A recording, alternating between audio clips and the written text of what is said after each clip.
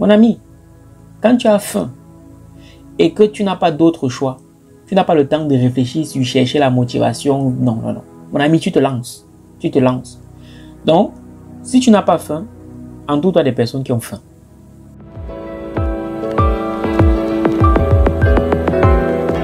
Salut toi qui m'écoutes. Vous savez, j'ai écouté une vidéo qui m'a tellement choquée. C'était la vidéo de Valère Belias. Je vous laisse le soin d'écouter de vous-même. Allons-y, écoutons ensemble.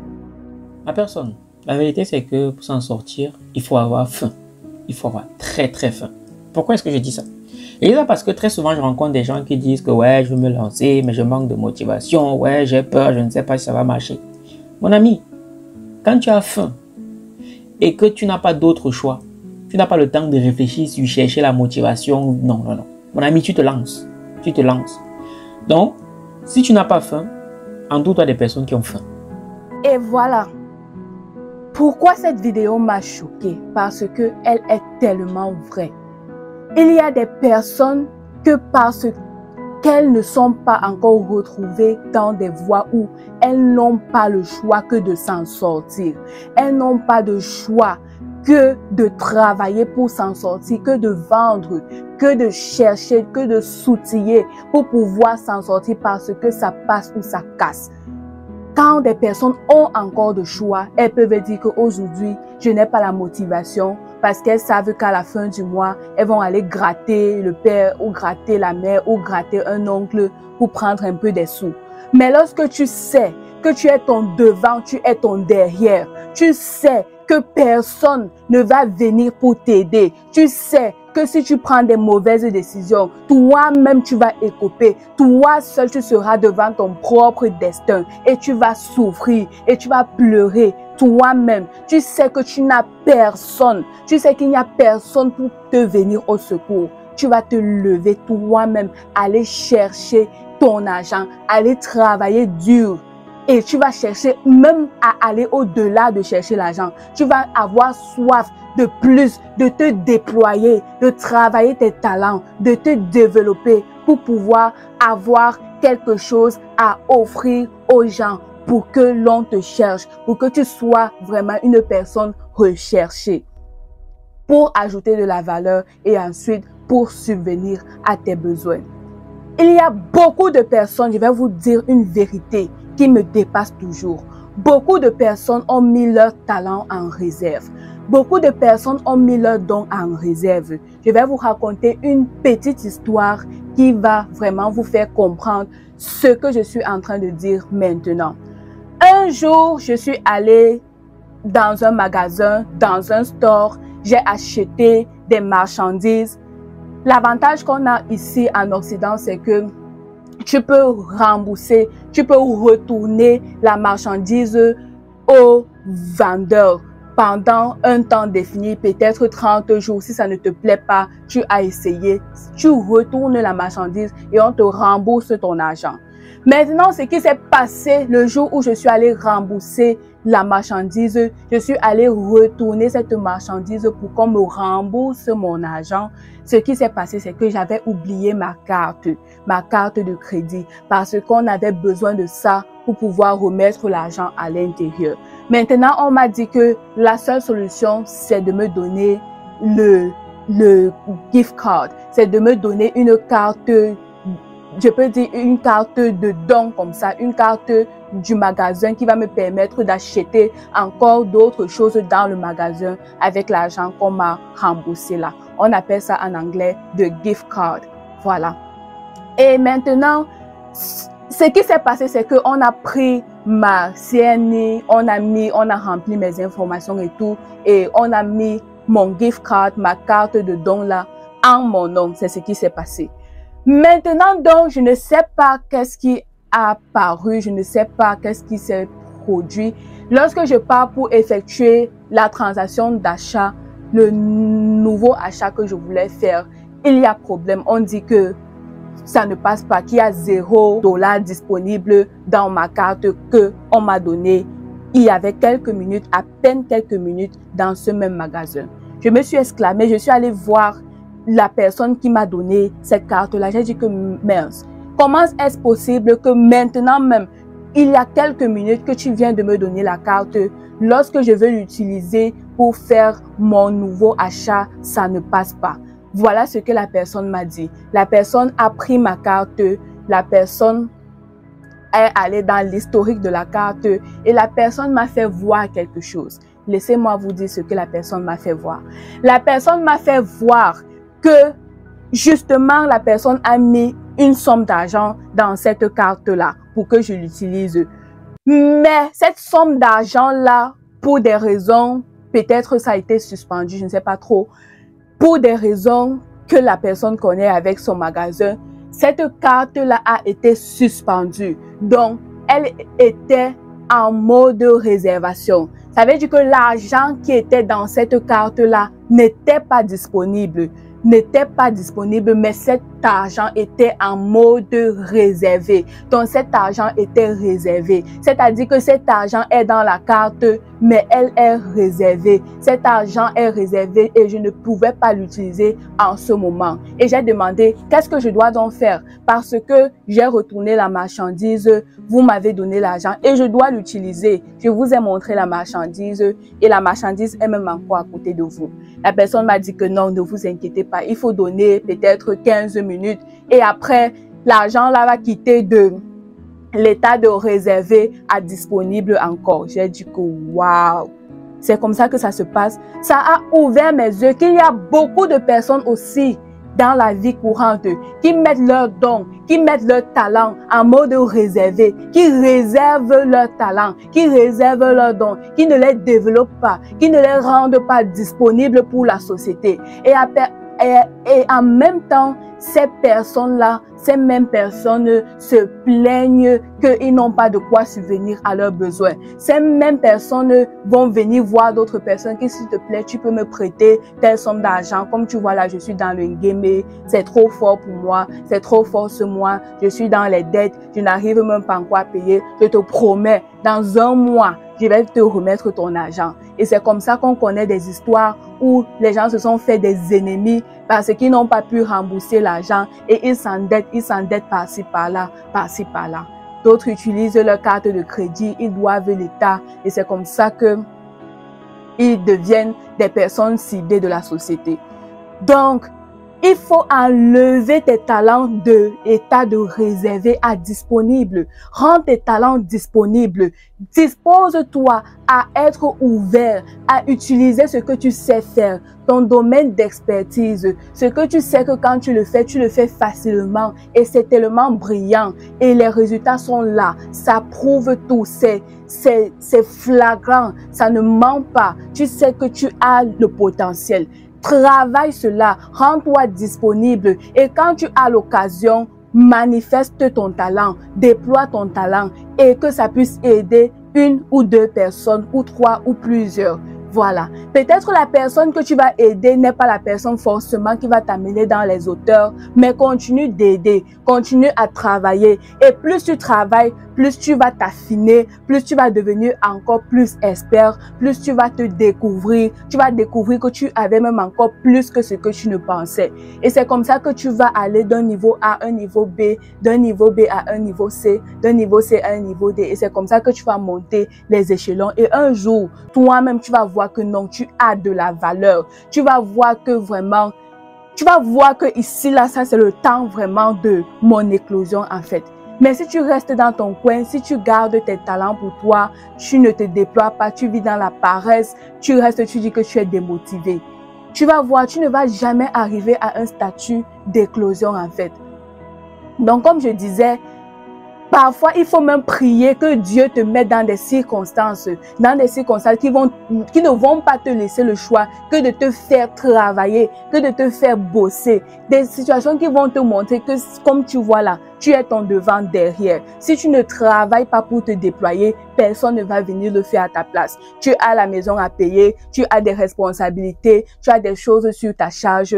Parfois, il faut demander à Dieu de te mettre dans des circonstances d'inconfort qui vont te permettre de constater que ton état est lamentable, que l'état dans lequel tu es maintenant, que tu n'arrives à rien produire avec tout cet investissement que Dieu a mis dans ta vie. C'est trop grave. c'est trop grave. Tu dois sortir de ta zone de confort et tu dois te mettre au travail. Voilà. Certaines personnes vont dire que je suis faible, je ne suis pas populaire, je suis à mes débuts, je ne sais pas comment je vais m'en sortir. Ça, c'est encore une opportunité. Les gagnants sont des personnes qui voient des opportunités dans leur faiblesse. Oui, de même que d'autres personnes peuvent voir le déclin dans ta faiblesse, peuvent voir la perte, l'échec dans tes faiblesses. Toi, demande à Dieu de te faire voir les opportunités dans tes faiblesses, les opportunités dans tes frustrations. Ce qui te frustre chaque jour, c'est le point d'enclin, c'est le point focal qui va te permettre d'éclore. Lorsque Dieu va t'aider, tu vas voir que tes faiblesses sont en fait tes forces. Pourquoi? Parce que lorsque tu es faible, tu sais que tu dois te fortifier en Dieu. Tu sais que ce n'est pas par tes capacités. Tu sais que de toi-même, tu n'y peux rien. Donc, ce que tu vas faire, tu vas aller voir une autorité plus forte que toi. Et c'est Dieu, c'est ton autorité divine, ton créateur, celui qui t'a envoyé sur la terre. Tu vas dire que Seigneur, voici, j'ai bien la volonté, mais je me sens faible, je me sens incapable, je n'ai pas assez d'expérience comme d'autres personnes, mais je veux ton soutien, je veux que tu sois ma force, je veux que tu me conduises, je veux que tu me donnes des idées qui vont m'aider à me démarquer dans mon domaine. Et le Seigneur, quand tu t'humilies devant lui, il va t'élever. La Bible dit que Dieu élève les humbles, il élève ceux qui s'abaissent et il abaisse ceux-là qui s'élèvent. Lorsque tu vas dire à Dieu et qu'il va voir ta détermination, il va voir ta bonne volonté et il va voir que tu n'en peux pas. Maintenant, la Bible dit que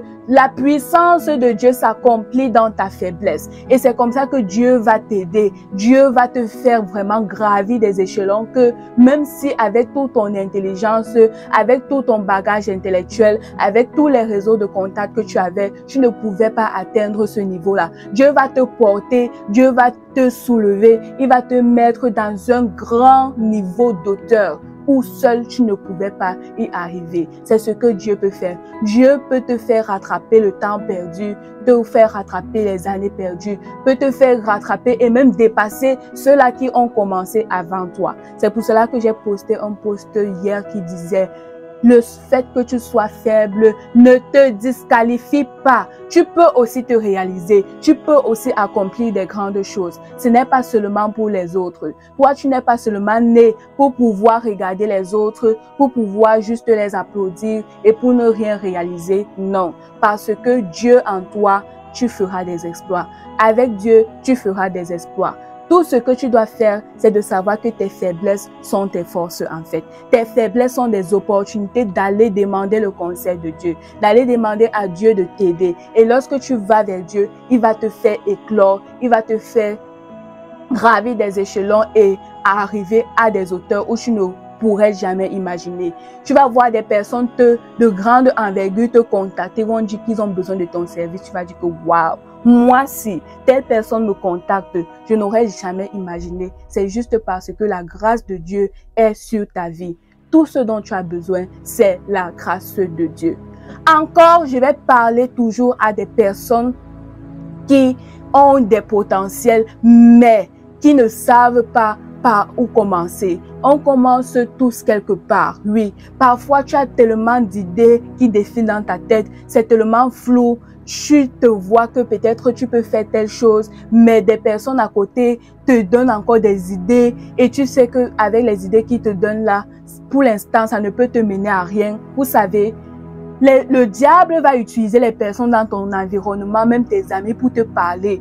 Pendant que toi, tu cherches à te focaliser dans un domaine où tu sais que tu as la possibilité de te déployer maintenant. Tu as la possibilité vraiment d'avancer. Il va utiliser les personnes autour de toi pour te défocaliser, pour te désorienter, pour te faire disperser ton esprit. Quelqu'un va venir souffler à ta droite que, comme tu vois là, tu es en train de rater telle opportunité à côté. Il faut plutôt regarder à droite. Ta personne à gauche va venir te dire que ne regarde pas à droite, mais regarde plutôt à gauche. Parce qu'il y a les opportunités que tu rates.